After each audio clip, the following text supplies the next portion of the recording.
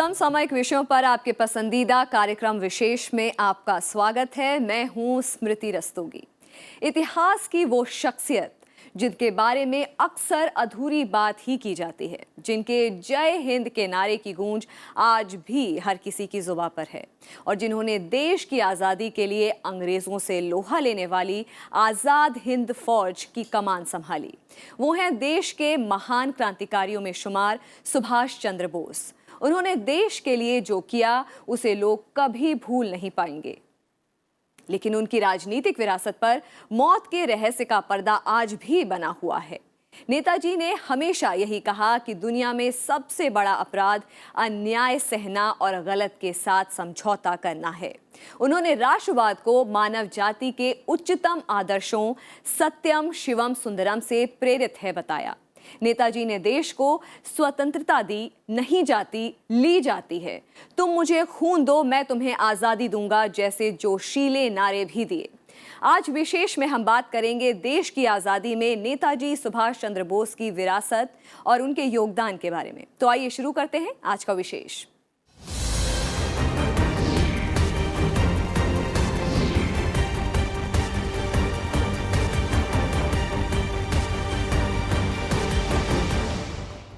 देशभक्तों के देशभक्त नेताजी सुभाष चंद्र बोस की आज 122वीं जयंती है और इस मौके पर उन्हें आज देश भर में याद किया गया। सरकार ने नेताजी की याद में लाल किले में एक म्यूजियम तैयार किया है, जहां लोगों को नेताजी सुभाष चंद्र बोस और उनके जीवन से जुड़ी अनेक बातों और वस्तुओं के बारे में जानकारी मिलेगी। संग्रहालय के उद्घाटन के मौके पर नेताजी सुभाष चंद्र बोस के परपोते चंद्र बोस भी मौजूद रहे।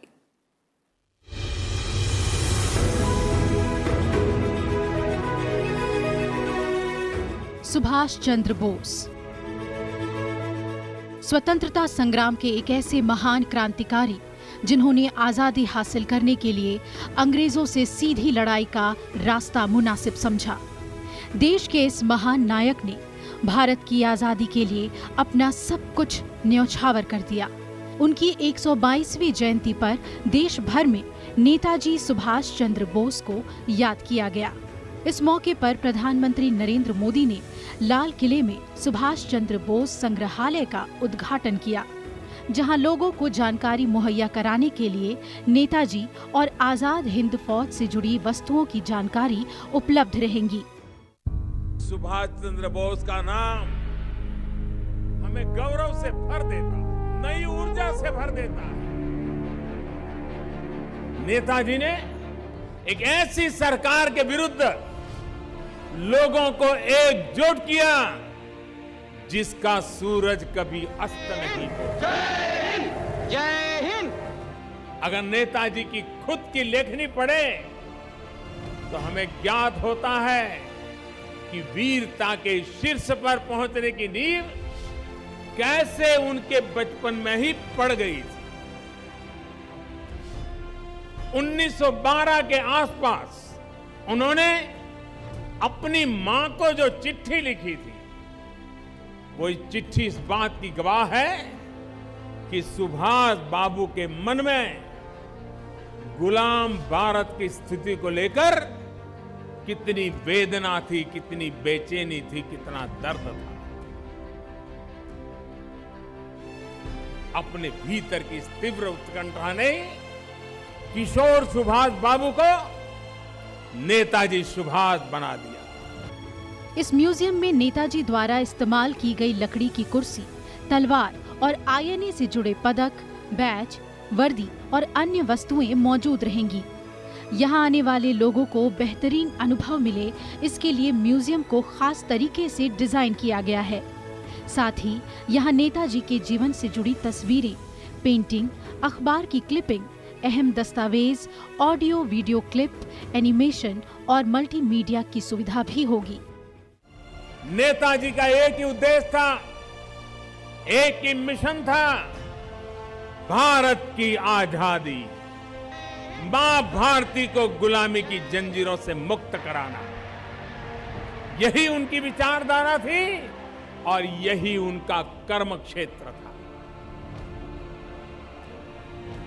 आज मुझे प्रसन्नता है कि एक भारत श्रेष्ठ भारत के मार्ग पर चलते हुए हम सभी नेताजी की भावनाओं के अनुरूप आगे बढ़ने का प्रयास कर रहे हैं। नेताजी सुभाष चंद्र बोस,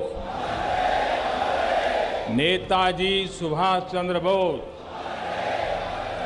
नेताजी सुभाष चंद्र बोस।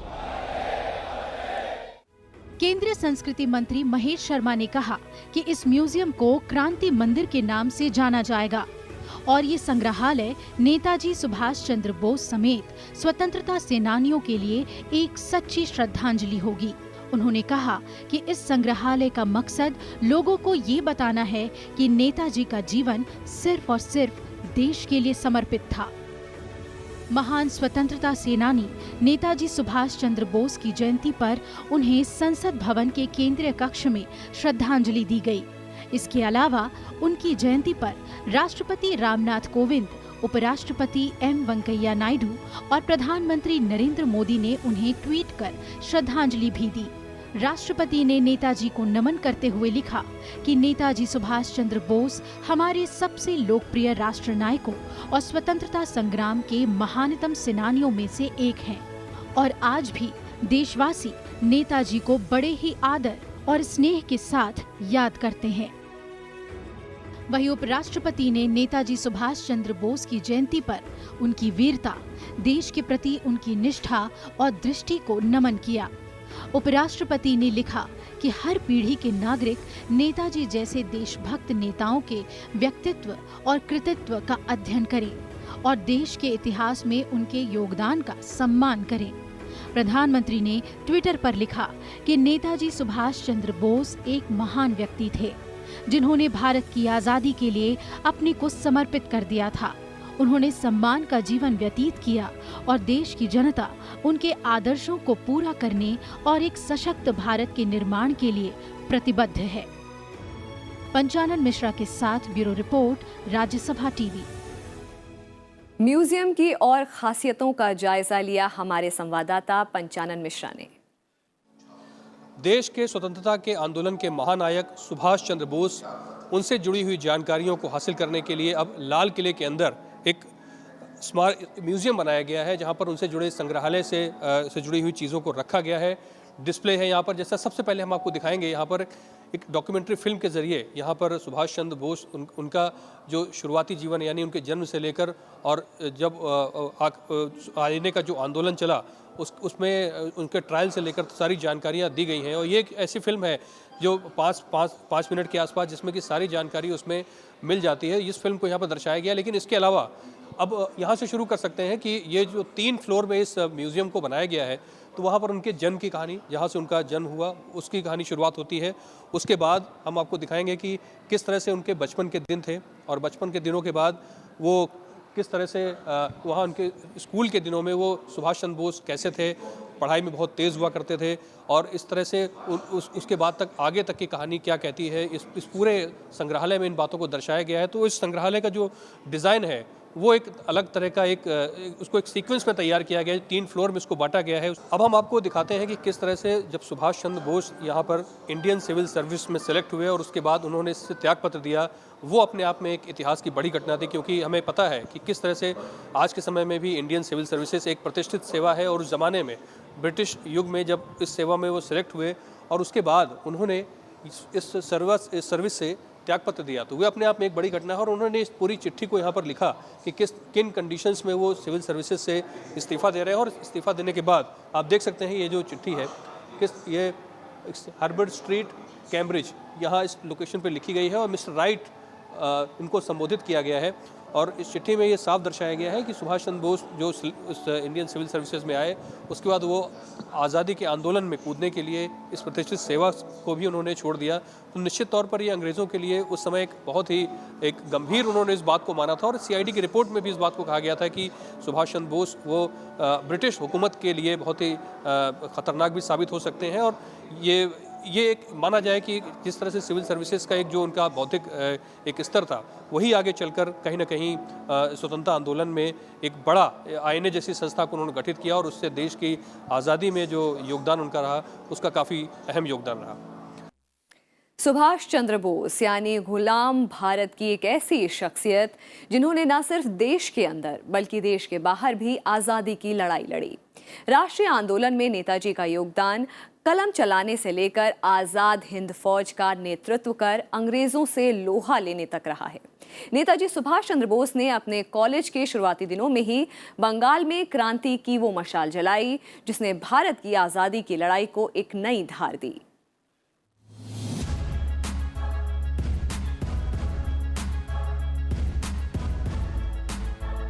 सुभाष चंद्र बोस अंग्रेजी हुकूमत के खिलाफ वो आवाज थे जिसने राष्ट्रीय आंदोलन को एक नई धार दी।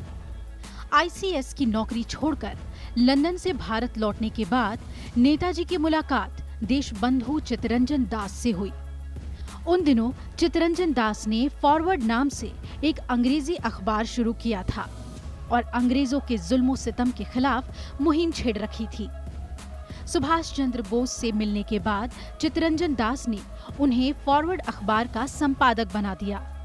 नेताजी उस अखबार में ब्रिटिश साम्राज्य के खिलाफ जोर शोर से लिखकर अंग्रेजी हुकूमत के खिलाफ माहौल तैयार कर रहे थे। कलम से शुरू की गई इस मुहिम की वजह से नेताजी को साल 1921 में 6 महीने की जेल भी हुई। इतना भी छुपाने की कोशिश कर ले, एक दिन इतिहास बोलता है और बहुत जोर शोर के साथ बोलता है। और मैं ये कहूँगा कि पिछले वर्ष और इस वर्ष में नेताजी और आज़ाद हिंद फौज को जो इतिहास बोला है कि पहली बार लाल किले में झंडा फहराया जाना 21 अक्टूबर को और 75वीं वर्षगांठ मनाए जाना आज़ाद हिंद भारत की सरकार की, उस भारत की सरकार की जो अविभाजित भारत था, कोई आसान बात नहीं थी। चित्तरंजन दास के साथ स्वराज्य पार्टी के लिए काम करते हुए और उसके बाद भी नेताजी सुभाष चंद्र बोस का जेल आने जाने का सिलसिला जारी रहा।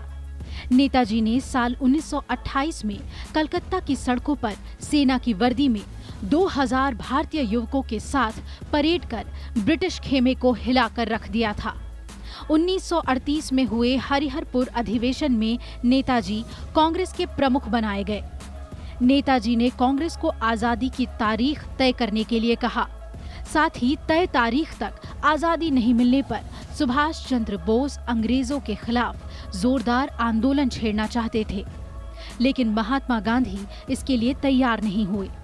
आखिरकार उन्होंने कांग्रेस से अलग होकर 1939 में फॉरवर्ड ब्लॉक की स्थापना की और अंग्रेजी साम्राज्य के खिलाफ नए सिरे से मोर्चा खोल दिया। फॉरवर्ड ब्लॉक इसलिए बनाया कि उनका नीति में विभेद था। वो अंग्रेजों से संघर्ष चाहते थे, संघर्ष होकर के इन तरीकों को बदलना चाहते थे जिन तरीकों को कांग्रेस ने अपनाया हुआ था।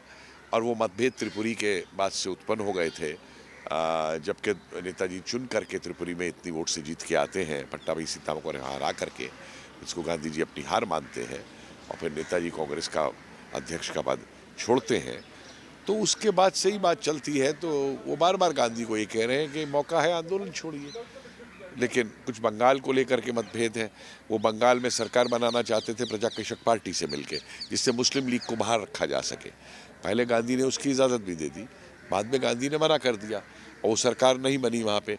अगर वो सरकार उस समय बन जाती, और नेताजी ने उसी समय ये कहा था कि ये बंगाल के लिए सुसाइड है, अगर वो सरकार उस समय बन जाती तो शायद बंगाल का विभाजन इस तरीके से नहीं होता देश का।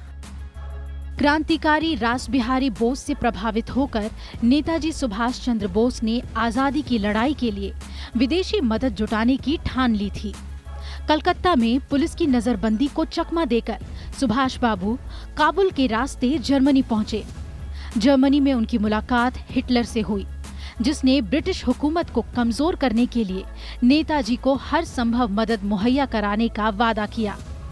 नेताजी का ये विश्वास था कि भारत की आजादी तभी संभव है जब ब्रिटेन पर विश्व युद्ध के वक्त ही निशाना साधा जाए। इसी कड़ी में उन्होंने इटली और जर्मनी में कैद भारतीय युद्ध बंदियों को आजाद करवाकर एक मुक्ति सेना भी बनाई।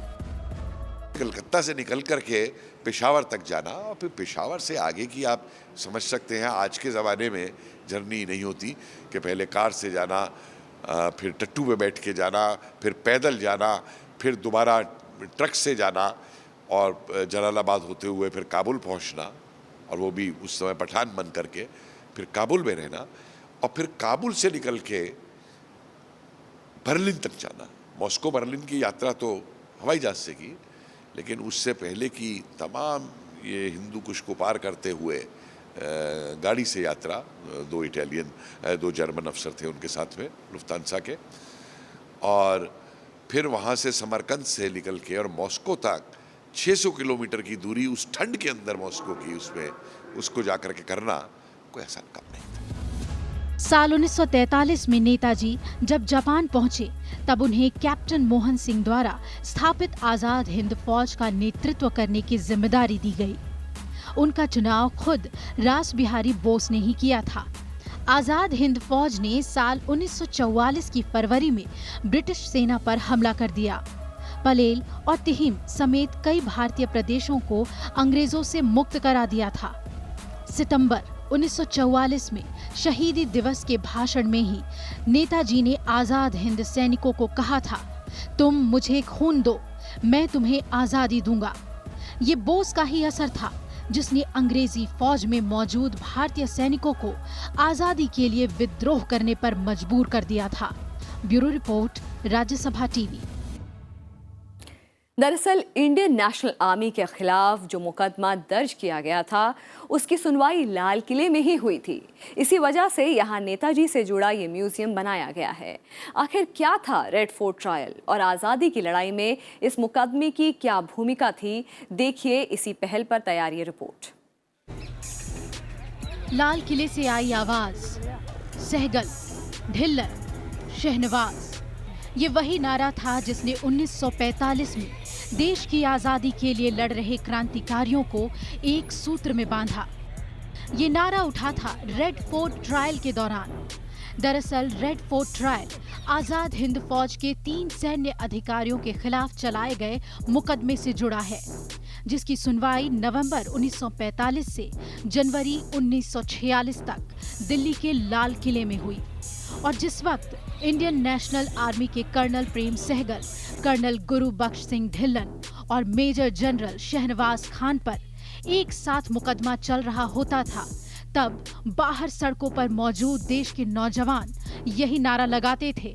ये मुकदमा कई मोर्चों पर देशवासियों की एकता को मजबूत करने वाला साबित हुआ। संग्रहालय बना उसी बैरक के अंदर है जिसमें INA के मुकदमे चले थे और पूरा देश उनके पीछे खड़ा हुआ था कि जो उस समय नारा था कि हिंदुस्तानियों की एक आवाज़, सहगल ढिल्लो शाहनवाज।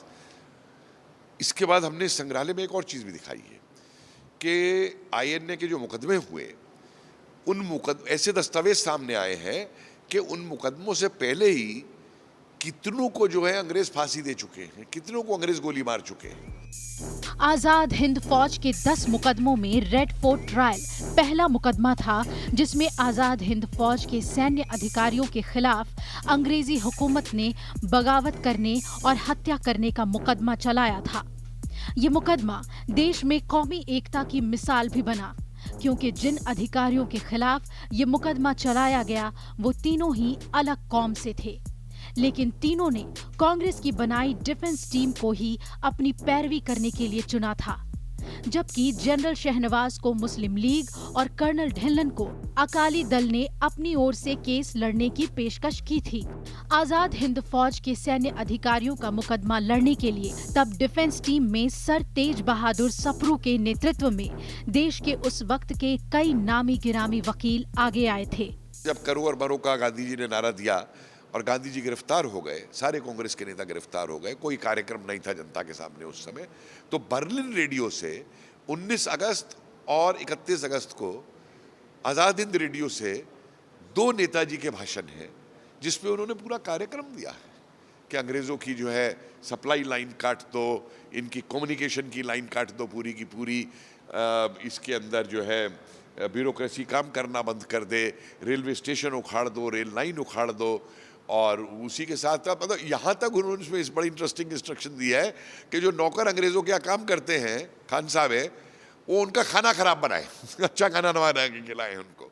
तो एक बहुत मतलब सोच समझ और उसकी तहत एक चीज़ आती है। इस दौरान हर तरफ देशभक्ति का माहौल पैदा हो गया था। लोग देश की आजादी की खातिर मर मिटने को तैयार थे। अंग्रेज हुकूमत के खिलाफ धरने प्रदर्शन भी हुए। अलग अलग जगहों पर हुई एकता सभाओं में colonel Prem Kumar Sahgal, colonel Gurbakhsh Singh Dhillon, major general Shahnawaz की लंबी उम्र की दुआएं की गई। लोगों की दुआएं काम कर गई और मुकदमे का फैसला आजाद हिंद फौज के सिपाहियों के हक में आया। ब्रिटिश साम्राज्य के अधिकारी हवा का रुख भांप गए और उन्हें समझ आ गया कि अगर अधिकारियों को सजा दी गई तो हिंदुस्तानी फौज में बगावत हो जाएगी। इतना भी छुपाने की कोशिश कर ले, एक दिन इतिहास बोलता है और बहुत जोर शोर के साथ बोलता है। और मैं ये कहूँगा कि पिछले वर्ष और इस वर्ष में नेताजी और आज़ाद हिंद फौज को जो इतिहास बोला है कि पहली बार लाल किले में झंडा फहराया जाना 21 अक्टूबर को और 75वीं वर्षगांठ मनाए जाना आज़ाद हिंद भारत की सरकार की, उस भारत की सरकार की जो अविभाजित भारत था, कोई आसान बात नहीं थी। रेड फोर्ट ट्रायल और इस दौरान उठे नारे ने पूरे देश में देशभक्ति की ऐसी लहर पैदा की जो भारत की आजादी की लड़ाई में काफी अहम साबित हुई। इस ट्रायल ने पूरी दुनिया में अपनी आजादी के लिए लड़ने वालों के अधिकारों को मजबूती दी। सहगल, ढिल्लन और शहनवाज के अलावा आजाद हिंद फौज के अनेक सिपाही जो अलग अलग जगहों पर गिरफ्तार हुए थे और जिन पर सैकड़ों मुकदमे चल रहे थे, उन सभी को रिहा किया गया। इस मुकदमे के बारे में कई देशों की मीडिया में जमकर लिखा गया, जिसके चलते रेड फोर्ट ट्रायल अंतर्राष्ट्रीय स्तर पर चर्चित हो गया। पंचानन मिश्रा के साथ ब्यूरो रिपोर्ट, राज्यसभा टीवी। और चलते चलते नजर डालते हैं नेताजी के जीवन के सफर पर। मुझे दीजिए इजाजत, नमस्कार। The blood of freedom-loving Indians begins to flow. Will India attain her freedom? Inqilab Zindabad. Azad Hind Zindabad. जय हिंद और तुम मुझे खून दो, मैं तुम्हें आजादी दूंगा का नारा देने वाले नेताजी सुभाष चंद्र बोस का जन्म 23 जनवरी 1897 को उड़ीसा के कटक में हुआ। बोस के पिता का नाम जानकी नाथ बोस और मां का नाम प्रभावती था। जानकी नाथ बोस कटक शहर के मशहूर वकील थे। बोस 14 भाई बहनें थे, जिसमें 6 बहनें और 8 भाई थे। सुभाष चंद्र अपने माता पिता की 9वीं संतान और 5वें बेटे थे। अपने सभी भाइयों में से सुभाष को सबसे ज्यादा लगाव शरद चंद्र से था। संपन्न बंगाली परिवार में जन्मे नेताजी ने अपनी प्रारंभिक पढ़ाई कटक के रेवेनशॉ कॉलेजिएट स्कूल में की। इसके बाद उनकी शिक्षा कलकत्ता के प्रेसिडेंसी कॉलेज और स्कॉटिश चर्च कॉलेज में हुई। देशभक्ति की भावना का उदाहरण तो उनके शुरुआती जीवन में ही देखने को मिलता है। बचपन में उन्होंने अपने शिक्षक के भारत विरोधी बयान पर घोर आपत्ति जताई थी और तभी सबको अंदाजा लग गया था कि वो गुलामी के आगे सिर झुकाने वालों में से नहीं है। सुभाष चंद्र बोस शुरू से ही स्वामी विवेकानंद से प्रेरित रहे और समाज के प्रति उनकी सोच मानवतावादी और सुधारवादी बनती गई। बोस एक मेधावी छात्र थे जो हमेशा परीक्षा में अव्वल आते थे। 1919 में उन्होंने स्नातक किया और भारतीय प्रशासनिक सेवा इंडियन सिविल सर्विसेज की तैयारी के लिए उनके माता पिता ने बोस को इंग्लैंड के कैम्ब्रिज विश्वविद्यालय भेज दिया। अंग्रेजी शासन के जमाने में भारतीयों के लिए सिविल सर्विस में जाना बहुत कठिन था, लेकिन उन्होंने सिविल सर्विस की परीक्षा न सिर्फ पास की बल्कि चौथा स्थान भी प्राप्त किया।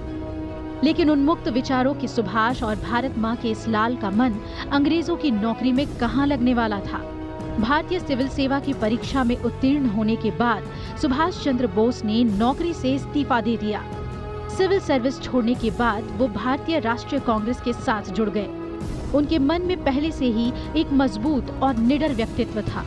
वो राजनीतिक, आर्थिक, सामाजिक और आध्यात्मिक दास्ता से भारत का उद्धार चाहते थे।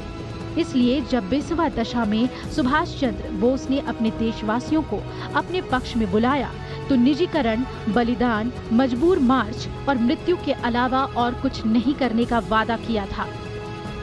दिसंबर 1927 में कांग्रेस के राष्ट्रीय महासचिव के बाद 1938 में उन्हें कांग्रेस का राष्ट्रीय अध्यक्ष चुना गया। उनके नेतृत्व में एक जादुई प्रभाव था। उनकी आवाज पर पूरा देश जान न्यौछावर करने को तैयार हो जाता था। लेकिन नेताजी के क्रांतिकारी विचारों और आकर्षण की वजह से अपने ही वरिष्ठ नेता बोस की निंदा करने लगे। विचारों में मतभेद और बोस की लोकप्रियता पार्टी के कई लीडरों को नहीं भा रही थी। इसे भांपते हुए सुभाष चंद्र बोस ने फॉरवर्ड ब्लॉक के नाम से अपनी अलग पार्टी बनाई। सुभाष चंद्र बोस ने 1937 में अपनी सेक्रेटरी और ऑस्ट्रियन युवती एमिली से शादी की। उन दोनों की एक अनीता नाम की बेटी भी हुई, जो वर्तमान में जर्मनी में सपरिवार रहती हैं। नेताजी हिटलर से भी मिले। उन्होंने 1943 में जर्मनी छोड़ दिया। वहां से वो जापान पहुंचे। जापान से सिंगापुर। 18 अगस्त 1945 को टोक्यो जाते समय ताइवान के पास नेताजी का एक हवाई दुर्घटना में निधन हुआ। बताया जाता है कि उनका शव नहीं मिल पाया। नेताजी के मौत के कारणों पर आज भी विवाद बना हुआ है। स्वतंत्र भारत की अमरता का जय घोष करने वाले राष्ट्र प्रेम की दिव्य ज्योति जलाकर अमर हो गया। Bureau report, Rajya Sabha TV.